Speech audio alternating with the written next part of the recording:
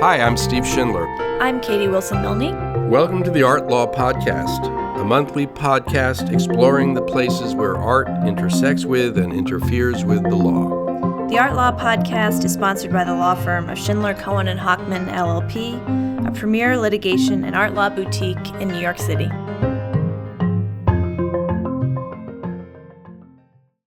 Hi, Steve. Hi, Katie. How are you?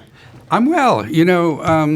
I'm just back from London. Oh, I know. I'm so jealous. I know. Well, you had your fun, I was too. I was in Milan. You were in Milan, and we were both at the service of art lawyers. So I was in London at the annual conference of the Art Lawyers Association, which is a London-based organization, which is only a little more than a year old now, but it has really taken off. And there were about 125 art lawyers there, mostly art lawyers, a few artists, and we had a great time. Yeah, kudos Martin Wilson for your project. And Amanda Gray. Great. And I was in Milan speaking at an IBA, International Bar Association event on artificial intelligence, which is still the topic of the developing. Day. Yeah. All right. Well, today on the podcast, we're going to talk about the Benin Bronzes, but also in the larger context of efforts to repatriate objects that were looted, stolen, or taken under questionable power dynamics during the colonization of Africa, parts of Africa. We're going to specifically talk about Nigeria and the Benin Bronzes, as I mentioned, but I think our conversation will be applicable to many more contexts, as we've talked about before in the podcast and undoubtedly will again. So we're here with two great guests, one familiar, one new. Our new guest is Ndubuisi Ezeluomba. He is currently the Curator of African Art at the Virginia Museum of Fine Art. He was raised in Benin City, Nigeria, where he initially trained as an artist. Ezeluomba received his PhD in art history from the University of Florida at Gainesville, where in 2017 he earned the University of Florida Graduate School Doctoral Dissertation Award for his dissertation, Olokun Shrines, Their Functions in the Culture of the Benin-Speaking People of Southern Nigeria. He graduated from the University of Ibadan in Nigeria, completing his master's thesis focused on the contemporary Nigerian sculpture Obi Ekwenchi. He received his bachelor's degree in fine and applied arts from the University of Benin. He is internationally recognized as one of the leading curators and scholars in his field.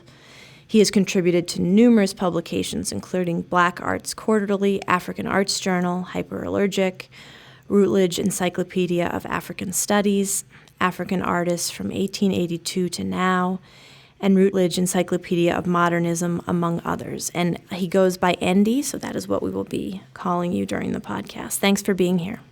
And Andy, right now, thank you so much for being up late to do this, is in Nigeria, where he has a Fulbright scholarship to study and teach. Our second guest today is Eden Burgess, who, of course, is a colleague of ours here at Schindler, Cohen & Hockman, and it's great to have her here. Eden has focused her legal career on cultural heritage, the arts, and historic preservation. She represents a diverse array of clients, including museums, auction houses, collectors, foreign states, artists, and nonprofits, as well as Holocaust victims and their heirs, and Native American tribes. She's litigated and resolved complex claims involving Nazi seizures, wartime looting, forced sales and thefts, and also assists clients with the maintenance and management of their collections and advises on the purchase, sale, and auction of cultural objects. Eden obtained her J.D. from the George Washington University School of Law and her B.A. with distinction from the University of Virginia, where she was an École Scholar, and we're pleased, of course, to have Eden join us today. Yes, welcome back, Eden. Thank you. All right, Andy, it would be great if you could tell us a little bit about your professional background, I think both in terms of the general subject matter, but also your experience with restitution issues in general. Okay, thank you so much, everyone. My academic background is actually squarely focused on African art, and I specialize in the traditional arts of Africa, which obviously meant that I specialize in the materials that fall within the rubric of those things that are now actively participating in the repatriation conversation. My core focus was on Benin art, And then when I worked on my dissertation, I focused on the visual cultures of shrine, which is also another traditional artistic practice that doesn't find its way in museum consciousness, which is the mud sculptures of Benin. My familiarity with Benin art is born out of the fact that I was raised in Benin City, but it was also informed by the existence of Benin art in the consciousness of the general African art studies. I started out my career being a teacher. I was a professor in Nigeria at the University of Port Harcourt for a few years before I came to America, both to raise family and also to, continue working in my, a chosen career path, which is to, be a professor. In a bid for me not to stay and be doing just adjunct teaching positions, I decided to go back to school to continue and get a doctorate degree from the University of Florida.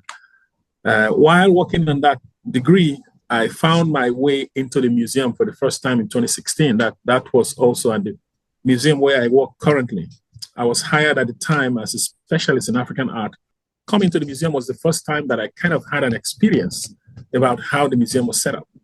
And that actually has galvanized my critical thinking around the whole subject of museum, and also made me kind of be very observant about what was going on.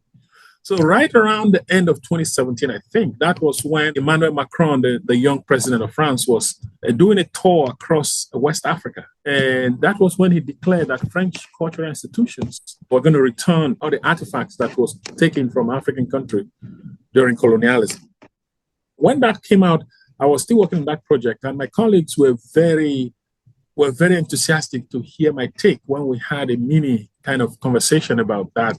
But I think that was where I actually got very interested to knowing how that conversation was shaping. And as you eventually hear towards the end of our conversations today, I have since looked at this conversation from the West, which obviously is where we are operating from today.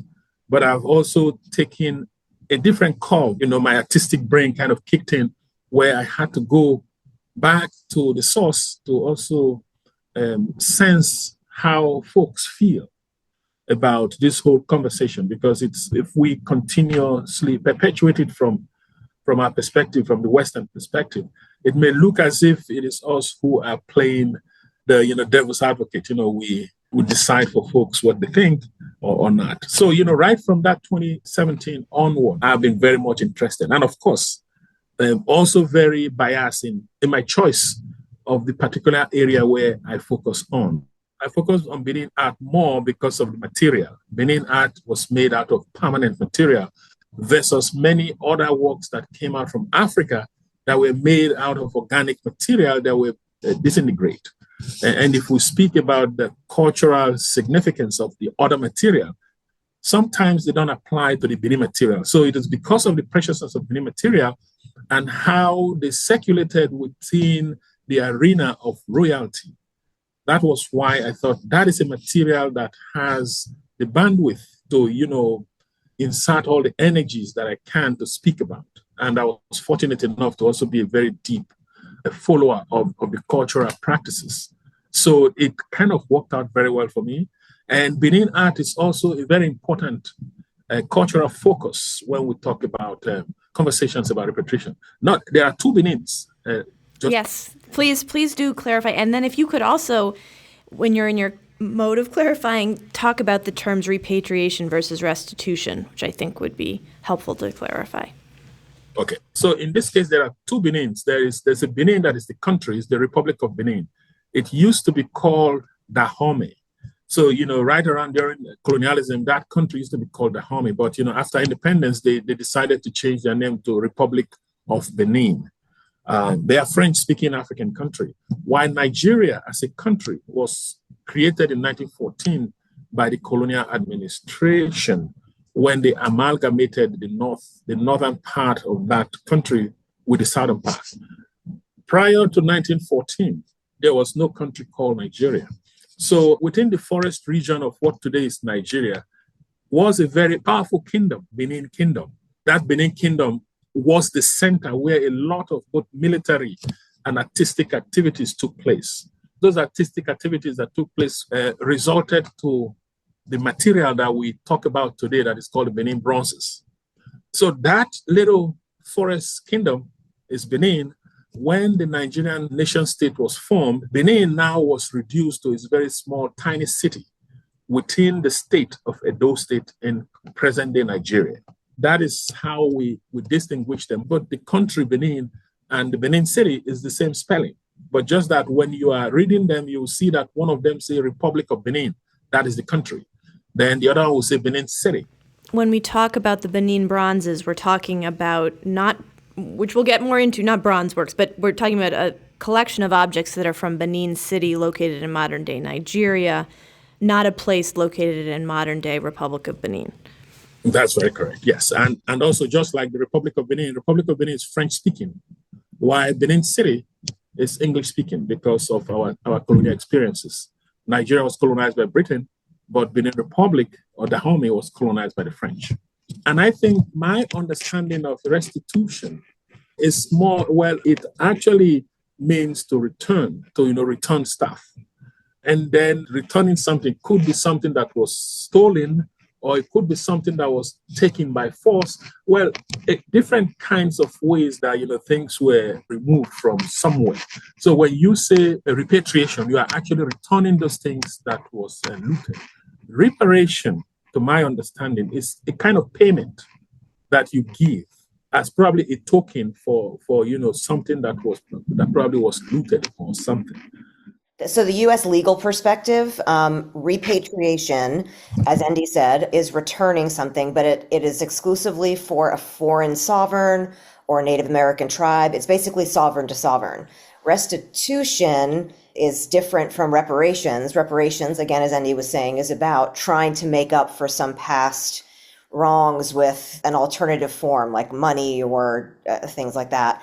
And restitution is similar to repatriation, except it's an institution, a person, a family. It only deals with non-sovereigns. So as far as the U.S. legal system goes, that's how we distinguish those terms. Right, and we may talk about both today because of what's going on in Benin City. Let's start with, we talk about the Benin Bronzes. Maybe you could just tell us about their history, why they were made, by whom, and the sort of cultural significance of them. And then just also clarify a little bit about what they're made out of. Yes. Are they bronze? What we know today as Benin Bronzes or, Benin art is an art practice or an art tradition that span nearly 600 years. If I'm just trying to be very economical here, the most current evidence for the beginning of Benin Bronzes can be traced back to the 15th century. That was right around the time the Portuguese came to that part of Africa. So with the coming of the Portuguese, there was a huge availability of bronzes that came with them at that point in time. And also how to understand the material has to be put in context. Within Benin, or, in Benin Kingdom, kingship or, the royalty was an institution that was really feared and revered a lot because the king was looked upon as the spirit manifestation on earth. So, in Benin religious belief or in Benin social religious belief, the king was the sole representative of his subjects in the realm of the spirit. So unlike every other cultures where they have this conception of, ancestral presence based on important people who have gone to the realm of the spirits, in Benin, the king or the Oba was looked at as that one among the human beings. So, he was revered a lot. And the way you could not distinguish the king from ordinary people in his community was through the items or, the various items that only him had access to. And among these were actually the bronzes. Some texts refer to them as bronzes, but as the years went on, it kind of became evident that, it wasn't only bronze. There were now a lot of mixture of, zinc and copper. And then it now started looking more brass than bronze. But because the earlier scholar wanted to put this importance to the material, we have stuck with using bronze. Even me today, I use both terminologies because I'm not going to be wrong if I say that, going out of the experiments that have been done. So the importance of the material also reflect the enduring presence of the king. Kingship in Benin political consciousness is an enduring institution that will not die. So the current Oba of Benin has actually brought about 40 or more than 40 kings in continuing succession. The most recent being 2016, when Oba Eware II was installed after the passing away of his father, Oba Eridiao. So looking at this kind of history, I've spoken about the meaning of art in many African cultures many times, where I say that the consciousness for creating art was because of the need to invite ancestral or spiritual presence to come and solve certain community or communal problems.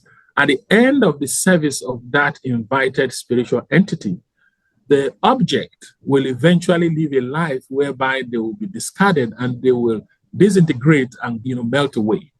That idea, if you look at it very carefully, you will find that it shows that many cultures produced work with wood most of the time, and other kinds of materials that I will always say perishable, or materials that will disintegrate. But in the case of Benin, that whole concept was turned upside down, whereby we now make works with metal. Metal has this long-lasting thing. So if there is no time you want to put metal somewhere and let it disintegrate, it's not going to happen. And also organic material that are being fortified with different kinds of organic substances to make them potent religious objects. Those substances cannot go away from those wood or thing. The only way those things go away is when the wood disintegrates. But in case of Benin, at some point in the history, the way that one king usurped his power and the way another king tried to cancel history was through the melting and reproduction of bronze heads. We're not going to go into that today. But so the permanence of the material was a way to suggest to us the permanence of kingship in Benin City. So the production of Benin Bronzes started right, like I said, right around the later part of the 15th century, and it continued. And that's why if you look at the Benin art chronology, you'll see that at the very beginning, those heads were kind of very loose beaded rendition around them. The beads around those works are very few, because they were still trying to understand the skill of casting those bronzes to look like an ideal version of the king or the queen mother. As their skill improved, you will notice that the heads started to be very elaborate. Elaborate in the sense that you now see color beads around them and a lot of projections on the head, where they now start looking as if they are this huge. Mind you, what you see is they were not trying to create something out of this world. No.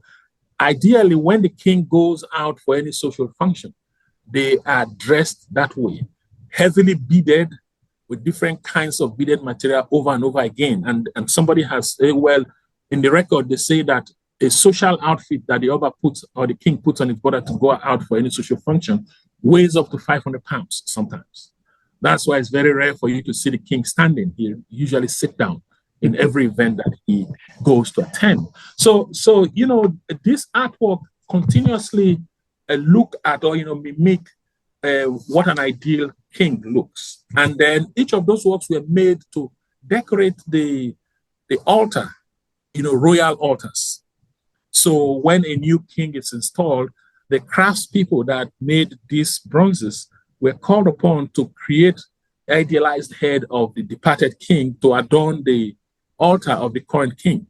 And that altar becomes the most important asset in that palace for the duration of the king who just inherited that of the previous one. And Andy, let me ask, are all the Benin Bronzes, as we call them, are they all heads of departing kings or queen mothers to honor this long lineage of Obas in the way you're talking? Or are some of the Benin Bronzes other things? Or is what defines them that they're all depictions of this royal line? A great number of them are supposed to be on those heads, because that is the focus of those creations. Other kinds of objects that come out from those bronzes are actually body adornments. So there are a lot of pendant masks, and there are also hip masks. These were made to look like heads too, but they were smaller. But all those ones are what they are done on their body.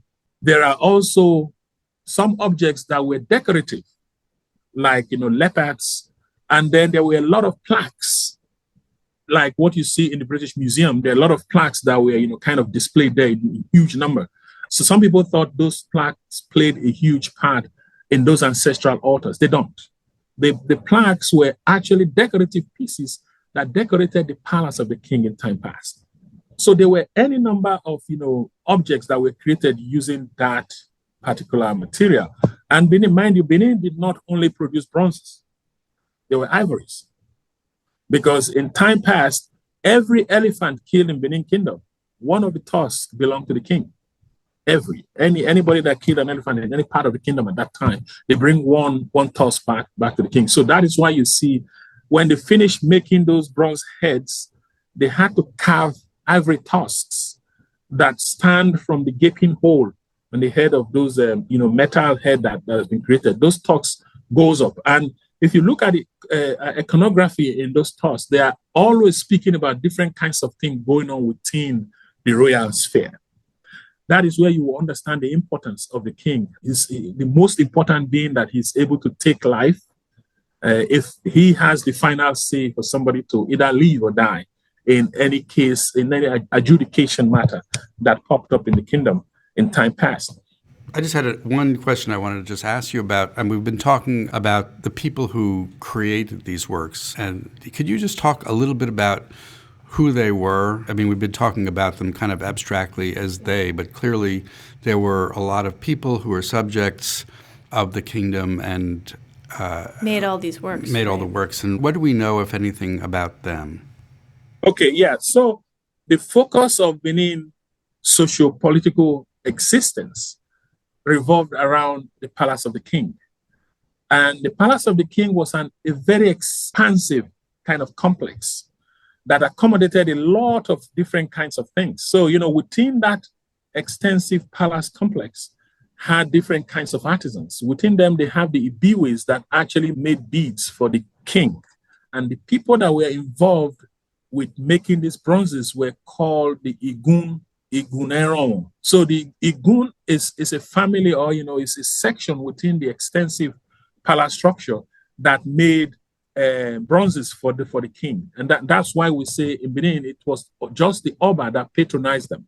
Nobody had access to art made out of this material, except one or two in the past that was favored by the king, if the king gives them the permission to own one of these objects.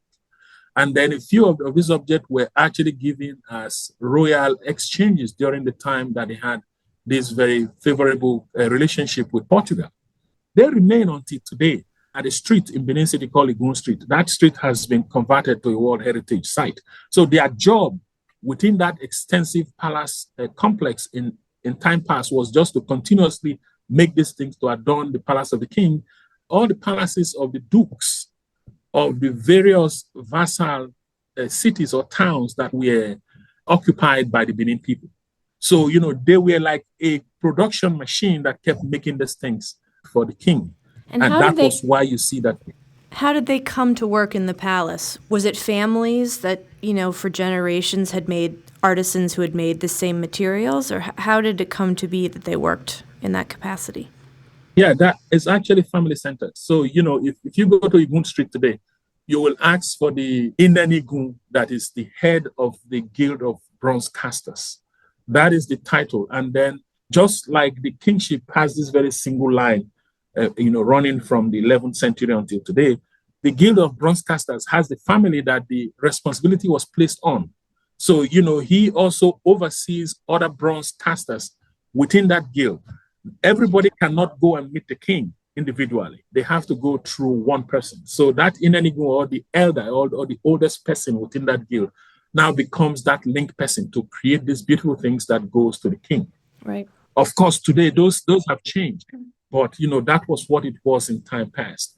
So it was this arrangement that actually helped them create a huge amount of objects that adorn both the palace of the king and many other areas. That would change in February of 1897, when the British, being very dissatisfied by the obstacle they had penetrating the forest region, that was caused by the Oba of Benin that was obstacle to their trade ideas and even signing Treaty of Protection. It was that confusion that eventually brought onto Benin what we in the books call the invasion of Benin in 1897, where the British came with machine guns from the port town of Ugoton, and they gunned down Benin Kingdom, torched the city, and looted all these works that at the time they say was right around 4,000, but we may think it's more than that. Right. And that has now become the subject of what we're dealing with today. Right. Well, Andy, let me ask you about that too. So in 1897, we have this massive British invasion, massacre, looting of Benin City, the palace itself, of all these objects that we've described as Benin Bronzes, but which we know are both a variety of shapes and functions and a variety of materials. Well, what preceded that? I'd just like to get a little bit more historical context. I mean, the British had colonized parts of what is modern-day Nigeria, but they had not yet colonized or taken over control of Benin City, right? And if you could just describe sort of what the British were doing at that time, and I know there was an attack on the British that gave the sort of excuse or, the reasoning, at least on paper, for this invasion. But if you could provide some context, that would be great. Okay. The prelude to the invasion of Benin, from different perspectives, can be read differently, but I'll use both a combination of anecdotes to kind of explain that. Great, thank you. At the end of every year, because the king of Benin is the spiritual representative of the people in the spirit realm. So, everything about, religion and ritual things has to go through the palace of the king. So at a certain time every year, that should be right around December or something like that. That is when is the highest spiritual period of Benin's kingdom, where a lot of rituals are being conducted. Going back to the British coming into Benin, at the end of slavery, when slave trade was outlawed, in many African cultures, there grew this whole new consciousness about what they call legitimate trade. And that was legitimate trade now became trade on produce. And produce are what you get from all this, like in Benin Kingdom, that kind of had this power in the forest region. There were a lot of forest resources coming out from there. And one of those important forest resources was palm oil that helped activated the industrial revolution of Europe at the time. So the palm oil became that crude oil today. So when they introduced legitimate trade, what went on was that a lot of European countries were now going into this little African things and quickly signing up to Treaty of Protection. And then the whole idea, that also fell within the Berlin Conference of 1864, 18 something, where a bunch of European countries came together to create what they call the partitioning of Africa, how Africa was divided. That was how King Leopold of Belgium got a huge part of the Congo that he used as maybe his estate or something of that sort. So, the British also was actively going around the forest region, signing Treaty of Protection with many small cultures around that place. But they kept having problems penetrating beyond Benin because the Benin king had this sphere of power around many other small cultures around them, people like Ichekiri, people like, Wari, people like, even those as far as Degema and those Kalagbaris of people from the riverine area. They were scared of the Benin king because during the time of Benin king's expansive power, Benin conquered and occupied a lot of all this area. So they were scared of the king of Benin and they did not do anything that will offend the king. So even when the British was offering them all this Treaty of Protection, they were still scared of the king of Benin. So when they came to Benin, it was hard. They tried a lot of different ways to get the Benin king to sign the treaty, and the king at the time did not sign the treaty. And that king was Oba Ogoranwe, who lasted until 1914. So he refused to sign that thing, but he did not outrightly tell them, no, I'm not going to sign it. He told them, sign it yourself. I'm not interested. I'm not going to sign. So, probably the British enforcers may have signed it and said that was what the king had asked them to say. So when they signed those things, they thought they had gotten Benin. And there was a time they wanted to come into Benin right around the time that the king was observing all this cycle of rituals. That was at the end of the year. And they warned them not to come in because that was what was going on at the time. But because the British has thought they had signed that treaty, they can come in anytime they want and go anytime they want because this is now their colony. when they refused to heed the advice not to go into Benin at that time, they went in with their auxiliaries and then the few British guys that were going with. Those auxiliaries are actually Nigerians. And then when they went in, they literally met their untimely death because the Benin warriors that were keeping watch around the boundaries of Benin, not allowing the intruders to come and disrupt that ritual event going on in Benin, they actually thought these guys were coming to invade their privacy, and then they kind of killed them. Just one or two that escaped went back and made the report. And that report was what triggered these numerous events that now led to the invasion of Benin, among which was that in February of 1897. So you see, that would have happened in December because they did not take a long time to take this decision. The decision was very quick because they already had a preconceived notion that if they take out the king of Benin, that the business of signing off the other treaties within that forest region would be very easy. So when this event happened, it made it easier for them to, with all the stories that they have put around Benin Kingdom, the city of blood, the Benin king being the vampire that kills his people, all those kinds of things were in the British press right around that time. So all these things kind of mixed up together and made the invasion of Benin very, very easy for them to accept that decision. And then by February of 1897, the British guys with their auxiliaries, numbering a few thousand, they besieged Benin City. And that thing took like 3 or so days, and they just went in and finished everything. And then at the end of it all, they caught the king, Obavorawe, and then deposed him to exile in Calabar, never to return to his kingdom until 1914. And they instituted an administrator because the Benin royal philosophy of the principle of primogeniture will not let another Oba sit in the throne if the one there is still alive. So for the time the Oba was exiled in Calabar from 1897 until 1914, when he died in exile, it was the administrator who was there administering the affairs of state for the colonial administration. Then when Ovorawe died in 1914, his son, Obaeweka, now took over the reign of Benin Kingdom and continued that lineage until what you have today.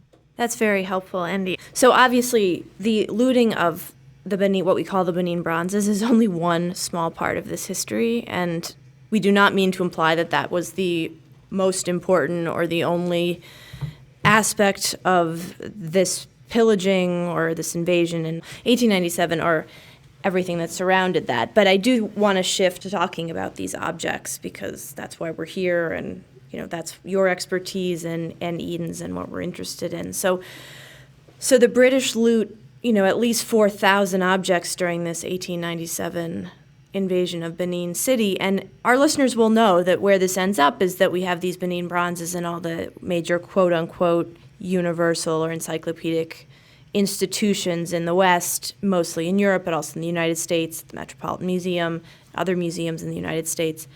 How does that happen? How do we get to the place where we have all of these very important objects in Western museums, and now we're fighting or talking or negotiating about getting them back to Nigeria? Okay, yes. So after what we call the invasion of Benin in 1897, a lot of these objects were actually carried away in huge numbers. Some record will tell you 4,000. Some will say, over 1,000. Some will say 2. So we don't know exactly what the number is, but we know it was a lot because of the few pictures that has come out from that invasion. So when all these things has been rounded off from the palace of the king of Benin, they were taken to Europe because that was obviously where it was going to go. Immediately it got to Europe, there were different kinds of auctions that were conducted. And they had a reason why they needed to conduct that auction. They said they needed to conduct the auction to, raise the money to defray what they call the cost of the punitive expedition or the invasion of Benin. So that was how this object got sold to institutions, both in England and in many other European countries. And, kept on circulating within that Western European sphere until America kind of joined in this whole museum things, and they also started getting stuff from Europe. So it was through auction that first and foremost, this Benin material started circulating around Europe. Yeah, I think my follow-up question, I don't know if we know the answer to this, is, we talk about the bronzes and where they've ended up, and now we're also talking about an auction. Many auctions, right? Many auctions, and the seller in that situation, of course, was the British government. And I'm wondering, do we have any sense of what the financial yield was from all of those auctions? Is that something that anyone has taken a look at? The person who came close to that kind of story was Annie Combs. Annie Combs, I think, wrote a book. I can't remember the title of the book now. But, that was the book that came close because she was scouring through newspaper clippings that she got from the British press right around that 1898, 1899, because when those objects came to the consciousness of the British audience, they were kind of confused about what they were because of how they appeared. But, through those auctions, a lot of German institutions acquired them a lot because they thought they understood it more than the British people. And that's why at some point we actually had a lot of Benin material in Berlin more than many other European countries, because von Luschen, who was the curator of their ethnographic museum at the time, actually advised the German government to acquire a lot of this material. We cannot really speak to how much was involved. But I know when I was in college, my art history professor showed us one Benin artwork that was a dwarf holding a pipe that was sold at auction for, up to £1,000. We can actually work out what that turns out to today. A lot. So if yeah, just a small sculpture can be sold at that amount, that was I think it was the only record that they could find at the time.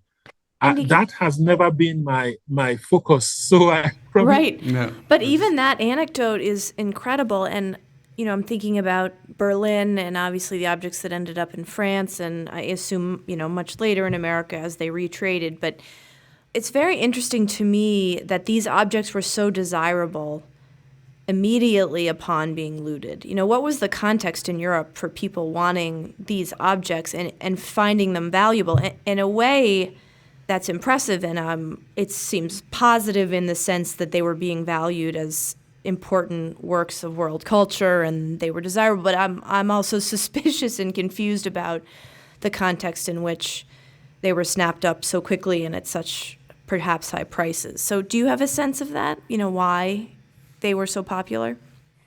One of my colleagues, an Africanist that recently passed away, his name is Joseph Nevadomsky, who was an anthropologist, but also an Africanist at the University of California, Fullerton.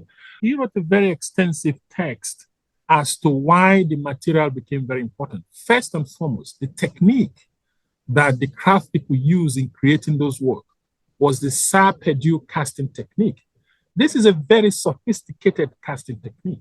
So, only the technique used would have convinced collectors of the importance of the material. And mind you, before those materials came, there were all this negative information about the Benin people, especially their king, and how they were cannibals who were spilling blood. But actually, if you go back and look at that history very critically, you will find that because those things were altars and they were casted as human heads, and at altars, they actually spill bloods of chicken. And sometimes in the case of Benin, we're not going to doubt that because the king had that final say about who dies and who. So a prisoner that has been committed to die, for instance, execution, their blood can be spilled over these altars. That was possible. So, when this material now came to the conscious of the British audience and then many European people, they now saw something that did not match with the kind of stories that they had. Rather, they saw something that was sophisticated, more way beyond what they expected. So that, excitement probably would have led them to dip their hands more in their pockets. And then the kinds of people who were selling these things were actually military officers that came back. So, there were all this importance to the personality who owned these objects. You even notice that quite a number of these things sold, will tell you that it was sold by the Philip Moore's family. Moore was one of the colonial administrators that started this thing very early on. So, there are all these ways that it would have been possible that they were able to get these things out. But some, obviously, they kept some in their own homes. Because I know in 2016, one of the families of the officers that, conducted that raid, they actually brought a few things back to the palace of the Benin Kingdom. as a way to like return what their ancestors took away from the kingdom. Was it the British government that was selling these works, or was it that they were sort of distributed among the military leadership of this expedition, who then claimed they owned all these objects themselves and sold them individually? There's no record that actually say it was done by the British government. But I also assume that, even today, there is no auction house that tells you that the government of this country is doing this auction. But, Right. For the singular fact that the guys involved in the sale of this object were actually those that constituted the British government. These were people who were stationed to represent the British government, and they brought these things back. They could sell it legally, and it goes on. But I don't know that the British government had a system where they say it is them that Right. were selling things like Right, this. makes sense. So But the monarchy actually got some of these things in their collection. And maybe the last question on this before we sort of move to more modern topics is, a lot of these works, or at least the ones we are most, exercised about in terms of repatriation today, ended up in big institutions, these encyclopedic museums. So was that because these museums bought them outright, or they were bought by individuals that then donated them to the museums? I'm just wondering how so many of them ended up in these major institutions. And in the U.S., we know that they were donated, right, by people who purchased them. But I don't know in Europe if that's the case, or if the British Museum and, various French museums and German museums purchased them directly out of this punitive expedition. My colleague who currently is at the MIT Museum, her name is Catherine Gunch. Catherine Gunch wrote a book on, Benin Bronzes. And also a lot of what she wrote in that book came up from Annie Combs' analysis. But I think she did an in-depth study. That was why I made mention of the name von Lucian. Von Lucian was the German who advised the German government, which is the Ethnographic Museum in Berlin, to acquire a lot of Benin bronzes. So, that was the case of, one of the institutions that massively acquired Benin object from anywhere they had auctions around Europe at that time. Right. Others, like we all know, a lot of people could buy and have in their private collections. And then at any point in time, they may decide that, okay, I want to either donate it to an institution or I'll offer it to an institution to buy from me. So there have been all these different ways that these objects found their way into museums. And many museums in the United States, I think, at the very beginning, they actually acquired from different dealers because the art market in African art was very, very vibrant in Europe. We know of how many modern artists kind of got this inspiration at the beginning of the 20th century because they were going around. Pablo Picasso says something about the Trocadero, how they got a lot of things out there. So that was how this thing circulated. And then many American institutions, some of them were bought, but quite a number of them were actually donated from individuals who own these things. Fairly recently, I have an individual in Lacombe in Louisiana who collected a lot of Benin material when he was stationed to work in oil and gas in Nigeria. He collected Benin objects that numbers over 300. And now he is in his 80s and he doesn't know what to do with the material. So he's now looking for where the material will live. We are currently in negotiation about how he wants it. But he doesn't want to part with all of them for free.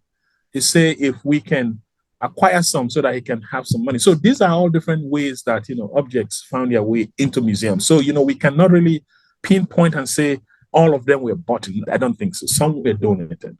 So maybe now let's fast forward over a century and talk about where we are now. And one of the things that just I'm thinking about as we're talking about this, we've had a number of guests on our podcast to talk about Nazi looted art.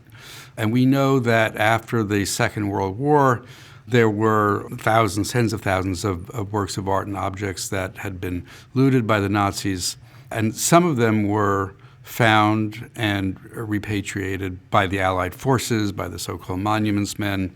But then it took quite a bit of time until really the early 1990s when we started to see the lawsuits developing here in the United States and formulating theories of recovery, right? And so now it seems to me what we have is a lot of objects that are now sitting in museums and collections all around the world, but not yet really a developed or clear theory as to how they might go back. And so, Eden, I think maybe we can turn to you and just talk a little bit about what are the sort of international laws and legal regimes that may exist, and then we'll have to talk a little bit more beyond legal to see what the bases are for the requests for the return of these objects. So the short answer is, with respect to what the legal obligations are, is there really aren't any. There are a handful of international treaties, the Hague Convention from 1899, which goes really far back, the famous 1970 UNESCO Convention that is cited frequently in museum cases, and the Unidroit Convention 95 on illegally exported cultural property. I mean, first of all, they all post-date 1897, which, as Andy was explaining, was a punitive expedition and when a lot of objects were lost and looted and taken out of Nigeria and out of Benin City. But regardless of the timing, none of those treaties are really enforceable. There's a number of other reasons why that's a problem. But what Nigeria has done with respect to the legal options that are available is they did enter a memorandum of understanding with the United States State Department in 2022.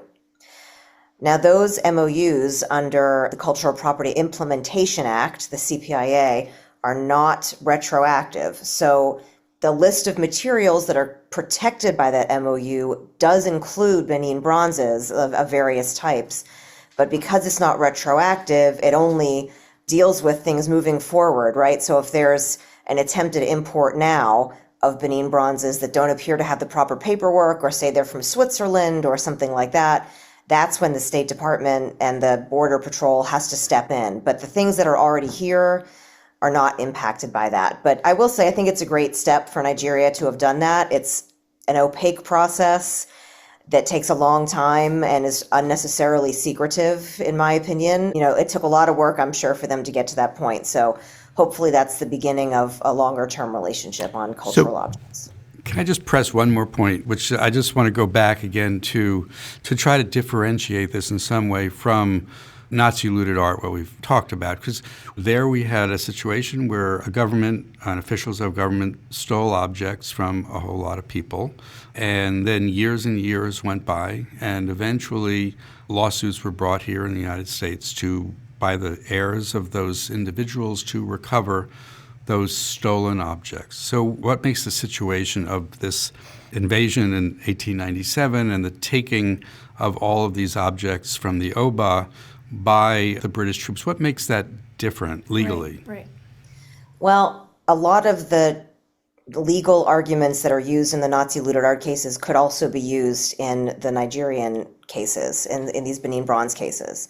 There could be civil suits for replevin and conversion or for declaratory judgments of ownership and things like that. The biggest difference is that the Allies knew during World War II that this was going on, and there was Military Law 59 put into place, and Eisenhower issued orders about not taking things that were not related to the conduct of war. There were legal procedures put in place in Europe immediately at the end of the war to allow for claims for restitution of objects and, stolen art. And I'm not saying those things were perfect, but that was widely recognized even at the time that what was going on there was wrong and illegal as far as the international law of property goes. And with colonialization, we have a different shifting, but different historical view at this stage, which, as we all know, the past 5 or 10 years has shifted considerably. But I think that they're sort of at a different place on the continuum with respect to pushing legal claims to places where they haven't been before and recognizing that colonialization is indeed theft. So I think there's just some steps we still need to take to get there. But arguably, a lot of those Nazi-looted art cases could serve as interesting precedent for the colonialization. But I think this is not colonization. What happened in Benin City is a direct looting, right? And obviously colonization itself was not illegal at the time, and many of the things that happened as part of the normal structure and administration of colonial regimes, not illegal at the time under international law. So that point is important. But this looting, this theft of objects from Benin City by the British, is the issue that it was legal under British law in some way because it was in response to a prior violent act? Or what is it that makes that theft not actionable under the same laws that we have? Or is the issue because we're not dealing with this in a U.S. court system by an individual heir of a family from Benin City? We're dealing with a diplomatic discussion between two nations where it's just not legal because that's not where the conversation is happening. Yeah, I mean, I know it was alluding as far as we might define it now. My understanding, and Andy with his historical knowledge could maybe correct or clarify this, but the British, being the colonial power there, didn't feel the need to ask permission or to be gentle or really anything. I mean, they were the colonizer, and when they wanted to take something and make a point, which is what they were doing here, which is why it was so violent, they were going to do it. So I think at the time it was considered a sovereign in its colony. And that's all that needed to be shown. Of course, we don't see things that way anymore, but that's my understanding of what the attitude was at the time and why it was accepted is the wrong word, but why it was done with impunity. You could say the same thing about Nazi Germany. I mean, they were sovereigns and they took what they wanted to take. I mean, the interesting thing about what you said, Eden and Katie, is that there is, just like in the Nazi looted art scenarios, we know that there's a continuum. There's a continuum of works that were directly taken. There were works that were sold under duress and so-called flight goods, and we know that we approach all of those situations slightly differently under the law. And in this case, as Katie said, this is just seems so clear, a taking that was under sort of the way we look at property law generally. It's a theft. And there may be other situations that we know of, in sort of colonial regimes that may fall along a continuum. But this one seems so much more obvious. And it's just interesting to me that there hasn't been a sort of demand and refusal in New York or an effort by the OBA to try using our civil system. And we certainly have plenty of lawyers here who would be sort of interested in developing that, but it just hasn't happened so far, at least. Yes, and I agree with that. And in fact, maybe a more useful parallel are Native American claims to looted cultural objects, which has a lot of analogies. It was a colonialization problem. There's no question that it was done in some form of duress, whether without authorization or literally stolen or the family's murdered. I mean, there's all this very similar facts. I mean, of course, the history is completely different, but I do think that there are some parallels there that we could usefully use the Nazi looted art cases, of which there are now many, to push those claims forward. We haven't seen it yet. Yeah, I mean, one of the distinctions in the Nazi context is that, there was a barrier to suing the German government or considering what happened there theft, right, Eden, because it was a country acting against its own people, not in the continuum flight goods cases, but in the Nazi looting cases. And the law sort of got around that in the United States by not seeing the Nazis as the legitimate German government, right? There's a way in which the law dealt with that, but it's not that it abandoned the very basic principle of common and civil law, that a sovereign acts against its own people are not actionable. And that's the problem in this colonial context, if it is the case that Britain was the government at that time. And if that's not the case, then it's not just European colonialism where we're going to see a huge change in how we think about property. It's like the entire world, which has been colonized over and over and again by many different empires. So, I think there's something that's desirable about that stability when we evaluate sovereign action. But so, and I'll add something to that, Katie. And I hate to bring up the Parthenon marbles because we love the Parthenon marbles. I just saw them. That's right, you did, and I have seen them as well. But there's a similar argument there. For a long time, Turkey was the occupying force at the Ottoman time Empire, right? Of the Ottoman Empire, I should say. Yes, now Turkey. So there was an order that said Lord Elgin could take these objects out. But was that a legitimate order? There's arguments about the translation, and we all know the moral and ethical arguments around that issue. So you're right. There's a lot, the Rosetta Stone that was in Egypt and then first stolen by the French and then stolen by the British from the French. So we have a number of major works and countless minor ones that could end up in this kind of conversation.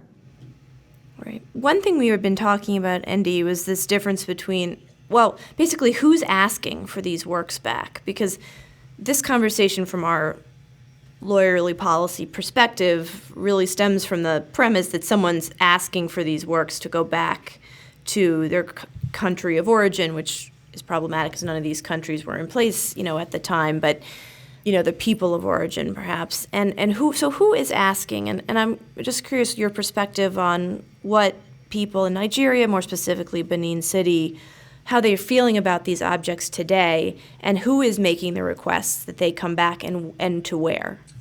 A great number of the repatriation conversation, like I said very briefly at the beginning, is actually prompted by a number of us who happen to be in the West and also Africanists who, out of passion for the cause or for the discipline, are actually making those, advocacy.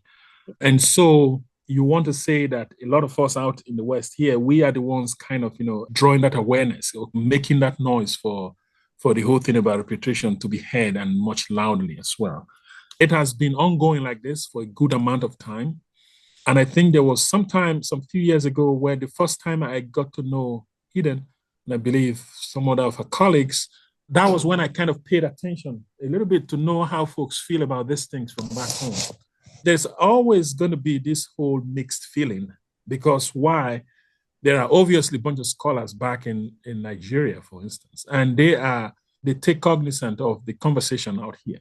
So, they will always have this opinion that, what we are saying here is good, because if we do that, it means that what is obtainable in other places, like what Eden was saying, as using the NACPRA thing as a case, a lot has happened within Native American side of things. So, local African scholars will definitely want for that to happen to them too.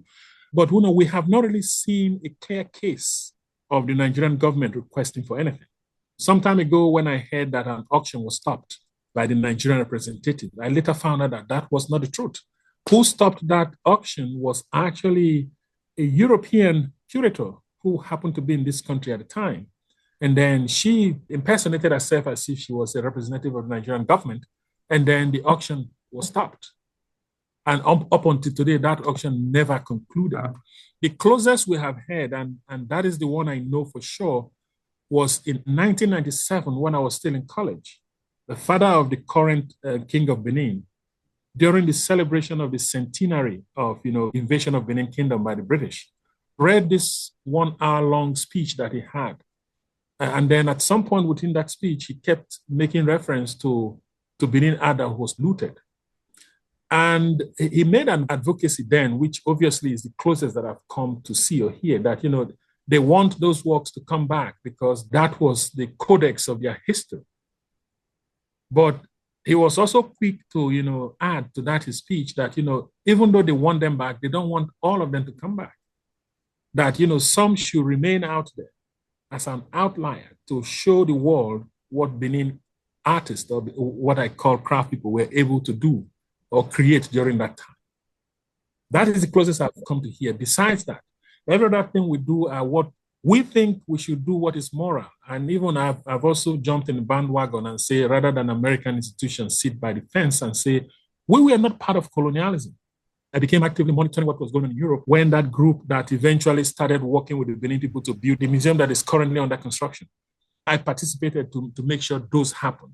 But all this noise, all these things you're hearing are actually coming from us here. Folks back home, some of them will say, it is not going to benefit us in any monetary term. That's how some of them feel. Some of them feel, especially those who look at it against the backdrop of their religious inclination, they may tell you, these are practices that we have been admonishing in church, American Pentecostal churches, not to look back to, that they are the ways that have made a progress for us very slow. So they are kind of careless about that. But I think because of the heat we have generated from this, the interest is now there to receive things. And that's why you see that, things come back to Benin, and there's this pomp and celebration that goes with it.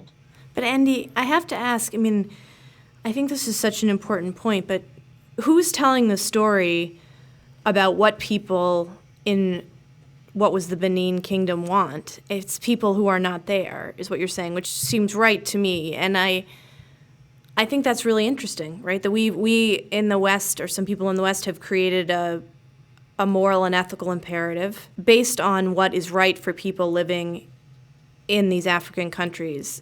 But it is not necessarily what the people living in these African countries say is important to them. And I'm not sure how we square that or how you think about that.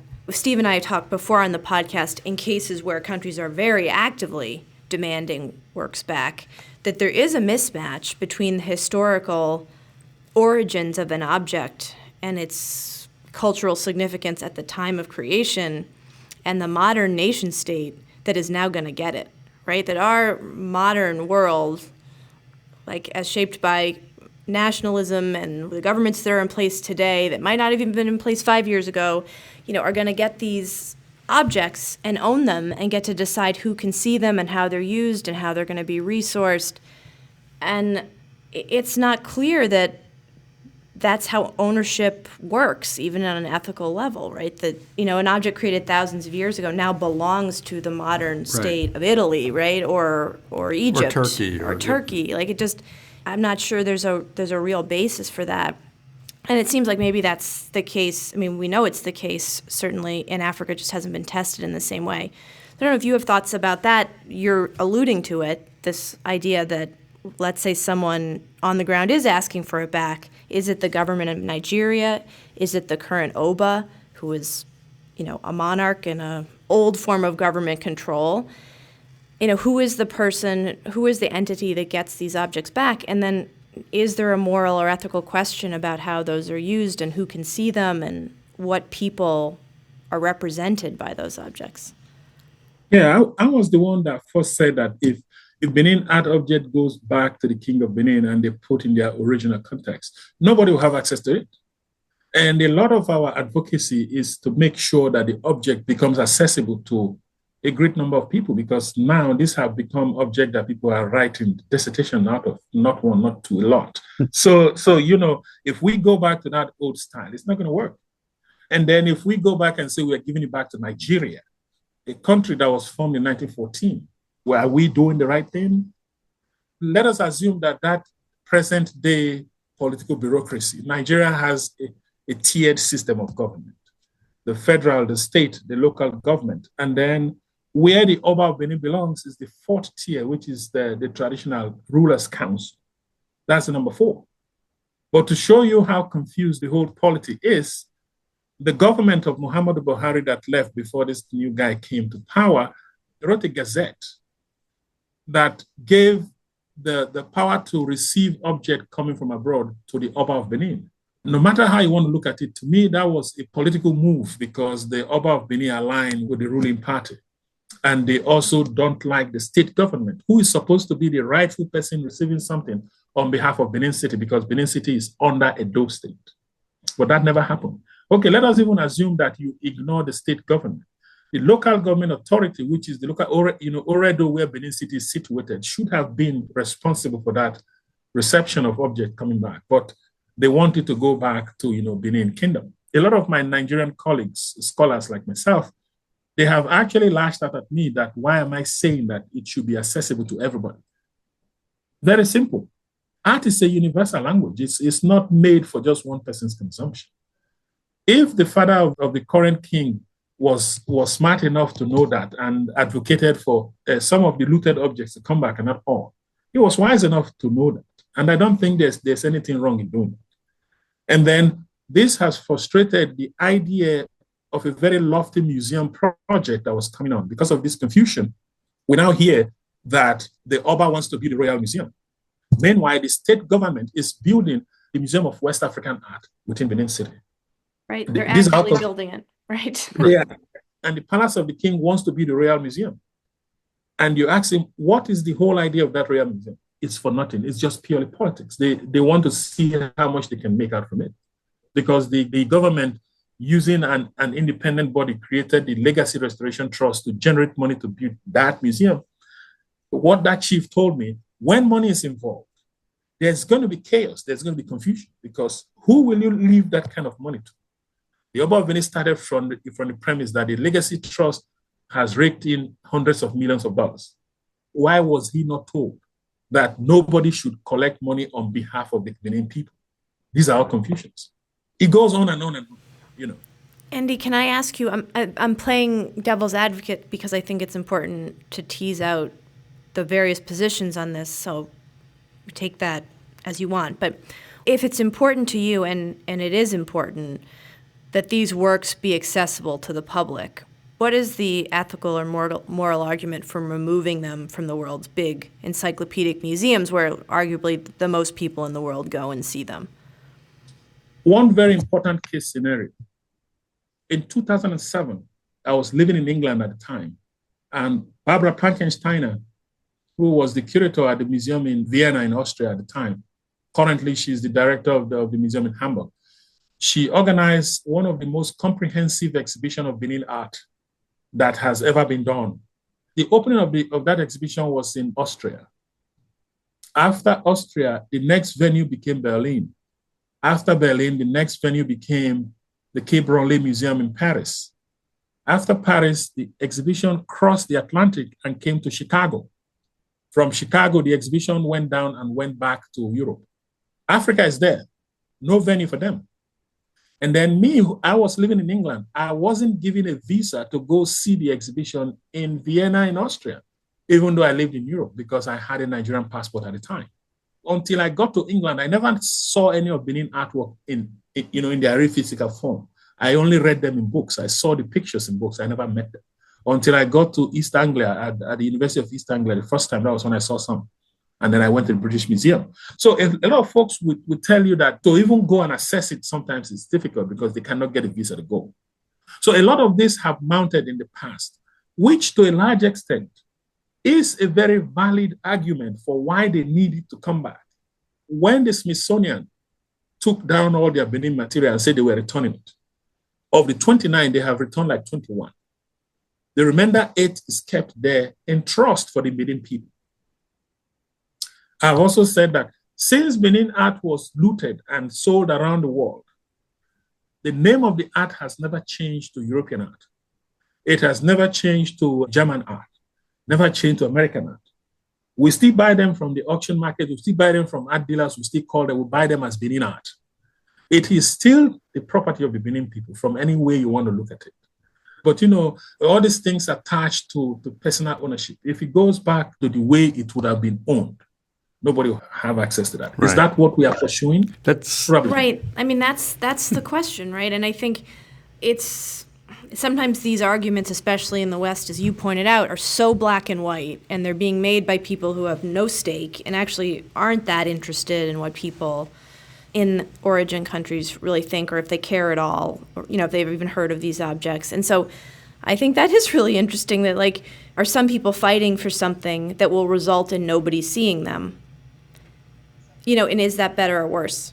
So Andy's mention of the Smithsonian, of course, brings to mind this American group, and also, Katie, your comments about, who's got the right to make these claims and where are these objects going to go.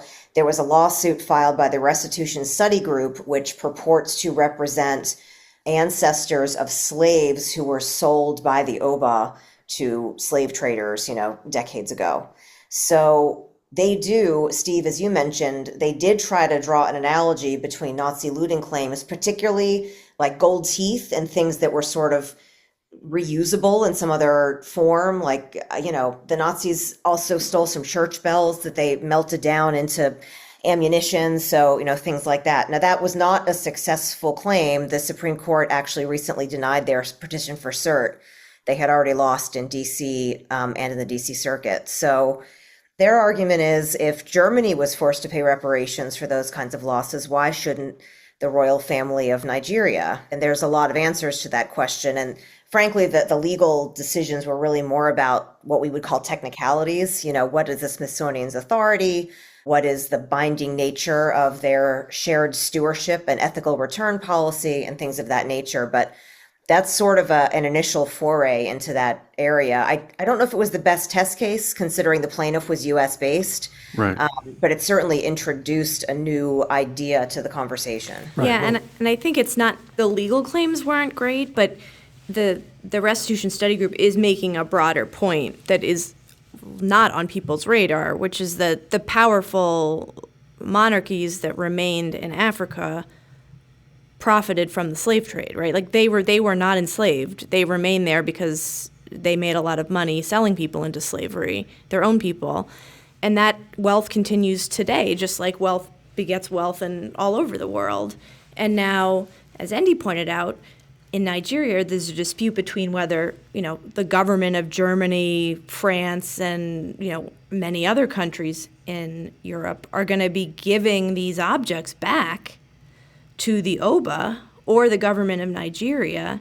And I think there's a little bit of a standstill now with those efforts in Europe because that became very unclear all of a sudden. And part of that is some ethical ambiguity about the party that should be receiving this stuff. So right. I think the Restitution Study Group points are very interesting, even if the lawsuit itself is not the strongest. Right, because I think, on some level, there's the ethical sort of impetus here is that a lot of these objects which came from current-day Nigeria should be able to be appreciated, seen, and have access to people living there. And to some extent, for all of those people who would like to have access to those, if it goes to the Oba, then the Oba can do whatever he wants with them, I think, and can sell them or just keep them in the palace. Keep them in the palace and nobody can see them. And so how does that advance any of those kind of, noble objectives? But also, Andy, I'd love your thoughts on this, and you were starting to talk about it. It depends on what the objective of all this is, right? Like, is the point that it goes back to Africa and as many African people who could claim some kind of ethical connection or cultural connection can see the work? Or is the point that there was a theft and it gets returned to the owner? It's not our business what they do with it or how many people see it or if they want to sell it and make money. That's not the inquiry when something is stolen and you return it, right? We don't ask that of the heirs of the, Nazi looting. That's not our concern. It just depends on what the goal is here, and I think those are two really different goals, and they have very different answers. Yeah, in the case of Benin City, I probably will make bold to say that there may be no goal. I think we are just trying to look at what we get out from the whole conversation going on, and it borders around what I can get. Because the financial resources that has been generated so far to constructing a museum that would have been housing the stuff, and then all of a sudden, the political move has drained that whole project and has rendered it to almost to nothing. Because as we speak, even the museum now doesn't even have any very straight goal from my own perspective, because it started out as a museum that will house all these objects. And all of a sudden, it has transformed to a museum of African art that is purely contemporary based. And they went to England to pick a curator who is going to curate that museum. And she doesn't, if you go to the Nigerian pavilion at the Venice Biennial, you see she's curating contemporary things. In and of itself, that's a huge problem. And it gets even more compounded. I understand when people say, well, because it was looted, bring it back to who owns it and let them do whatever they want with it. But again, we are in a completely changed environment. And I understand the whole thing about museum being a Western invention. And that was why I started by saying that since the West has created this product, for people who they are selling the products to, we should do a little bit of PR, get the folks to understand how it works. That was why I started saying that the way that American institutions will participate actively in this reflectation conversation is to create avenues for folks to come and study how the museum works, so that we can replicate that ideas over there. And then it will be useful to everybody. I usually start this particular premise with an experience I had that was very funny. When I started my research in 2006, I've been to Benin City Museum for quite a number of times. I didn't see anything. And then when I started getting frustrated, I was going to leave. And then a janitor came out and asked me, do you need a map of ancient Benin? Out of excitement, I said, yes, take me back there and let me go see. And then all of a sudden he said, no, it's not in there. Have it at home. I'm going to sell to you. Oh, my God. So you will see how the people who are supposed to man those things, how they view them. They view them as probably an avenue to get that extra that they need to line their pockets. They don't understand what it means. But, in the West, this is a very important thing. And, collecting and preserving cultures is very important, especially for generations to come. So, if we are selling this product, we should be prepared to do that extra PR. Get them understanding so that when these things come back, we will not be discussing whether it goes back to stay with the King of Benin. Even if it's going to go into the museum, we understand how it will impact us culturally and even socially, as the case may be. But in a situation whereby that may not be possible, well, which is not the case, you see how we have been struggling to hear me talk from Nigeria, so to speak. A different way of doing it is that rather than continuously make it very difficult for folks to be able to come and see shows made for Africa in the West, we should find ways to make that a possibility. And one of those ways is to, rather than exhibit around Europe and America, they should be bold enough to take venues in Africa. Me and my colleague, Amanda Maples, the curator that took over from me in New Orleans, we have an exhibition that's kicking off next year about Masque and Masquerade. We already have 2 secured venues in Africa, Senegal and Benin Republic. And we are looking for a 3rd venue, potentially Sierra Leone. So, these are all ways that we are proactively making sure that this whole thing is a collective effort to make everybody enjoy the art. I still strongly feel that giving it to the King of Benin to go put back in his palace doesn't serve any aim at all. It's a really interesting shift of conversation, though. I mean, again, as you pointed out, we have one conversation happening in the West about what people somewhere else want and what's good for them. And if the focus was less about ownership, right, and who gets to control it completely, and more about making sure there's access all over the world to all people, like, it would look really different. It would look like something that you're planning right now. But that's not the conversation that's happening. So that's a really interesting shift from what we're seeing. And I don't know if, the political changes in Nigeria and the pause of repatriation from Europe because of that, hopefully will cause a more flexible, insightful conversation about it or not. The potential it could be. The new guy that just took the helm of governorship of Edo State, where Benin City is located, happens to be a political friend to the current Oba of Benin. So hopefully some positive news will begin to come out. We'll just sit and watch. He was just sworn in just a few days ago, so something could happen. I have one more question for you, Andy, and then we'll see if Eden and Steve want to say anything before we wrap up. But my last question is just, as you're in your own job approaching repatriation issues, are you eager to, in your the institution you work at or institutions you advise, are you eager to repatriate objects, either in Nigeria or to the Oba or to other nations in Africa, or are you thinking about the ethical approach to those objects differently? When I resumed working in Virginia, the Virginia Museum of Fine Art has just one Benin plaque. And I have received more than 20 interviews from various newspapers about returning them. And I tell them, no, I'm not returning it. And they ask me why. I say, because I will go back to that story that Oba Radio gave in 1997. And I tell them that in my case, I'm not returning it. Doesn't mean that I own it. It's still for the Benin people, but I'm keeping it here on trust for them. I have only one. And it's no crime if I exhibit that one. And that also gives me that impetus to want to, since that is my area of specialization, I would like to create for the institution a permanent gallery for the Benin collection that I'm still in negotiation to bring into the museum. Why I say this is because if you look at Benin art historical studies, a lot of what we know about Benin stopped right around 1897, which already creates the impression that Benin never created anything beyond 1897. That is a misrepresentation of history. Actually, Benin, they kept on producing those things until today. So how do we correct that historical lacuna that has been created from 1897 until today about Benin artistic creativity? What this guy has is a combination of many things. Some were spillover from 1897, some were created in the early 20s when the colonial administrators thought about reviving cultural practices that they deemed was dying out. And then some came in mid-century. So collecting those will help the institution create objects that show that chronology and prepare students who wants to specialize in that field so that we can really reconstruct Benin history and put it in its pride of place in African art study. To me, that is the only reason why I'm passionate about the material.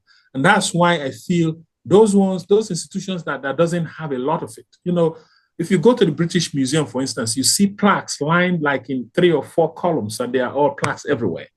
They have a lot of it. The VMFA, my institution, has just one. How do we compare? We do not compare at all. When I was in New Orleans, even, we had up to 6 Benin objects. I still advise New Orleans that they should not be in a hurry to return. But if the Benin people come and ask them, it's not necessary, because when it goes back there, I know where they are going to put it, in the Palace of the King of Benin. That guy probably is not even interested in it. Right. And as you said, they've been making more ever since, right? It's not viewed as a static thing. Exactly. You know, and Benin art is always in different auction market in Europe until today. Eden, is anything that you wanted to say? I'll just mention one last thing. The Stanley Museum in Iowa, of all places, did repatriate a Benin bronze object to the Oba directly. And they are the first museum that has technically done that. It was, I think, after, because it was just the summer of this year. So it was after the government order that Ndubuisi mentioned that says that the Oba is the proper owner. And there's some reporting in the press that even though objects might appear to be returned to the government, they eventually get passed to the Oba anyway. So Ndubuisi's concern about, I think the sharing of culture across all these museums is wonderful, but obviously there's limitations to that. And if claims are made, we need to address them one at a time. But I do hope that the Nigerian government and the Oba will consider loans or making that accessible, particularly to its own people, to observe and to learn about and understand the context of their history. Oh, they are very open to loan. I know one of the brothers of the Oba of Benin currently, who told me point blank that their royal collection is open for loaning and international collaborations. That's great. Right. And I think it's such a departure from, otherwise you could end up with the same situation as we've had with the Parthenon marbles where we started, where just each side digs in, there's no compromise, and then the end result is that fewer people get to benefit from seeing these things. Right. Thank you so much, Ndubuisi. Thank you, Eden. This was a really Thanks, fabulous conversation. Thank you. Thank you, everybody. And that's it for today's podcast. Please subscribe to us wherever you get your podcasts and send us feedback at podcast@schalaw.com. And if you like what you hear, give us a 5-star rating. We are also featuring the original music of Chris Thompson. And finally, we want to thank our fabulous producer, Jackie Santos, for making us sound so good. Until next time, I'm Katie Wilson-Milne. And I'm Steve Schindler, bringing you the Art Law Podcast, a podcast exploring the places where art intersects with and interferes with the law. The information provided in this podcast is not intended to be a source of legal advice. You should not consider the information provided to be an invitation for an attorney-client relationship, should not rely on the information as legal advice for any purpose, and should always seek the legal advice of competent counsel in the relevant jurisdiction.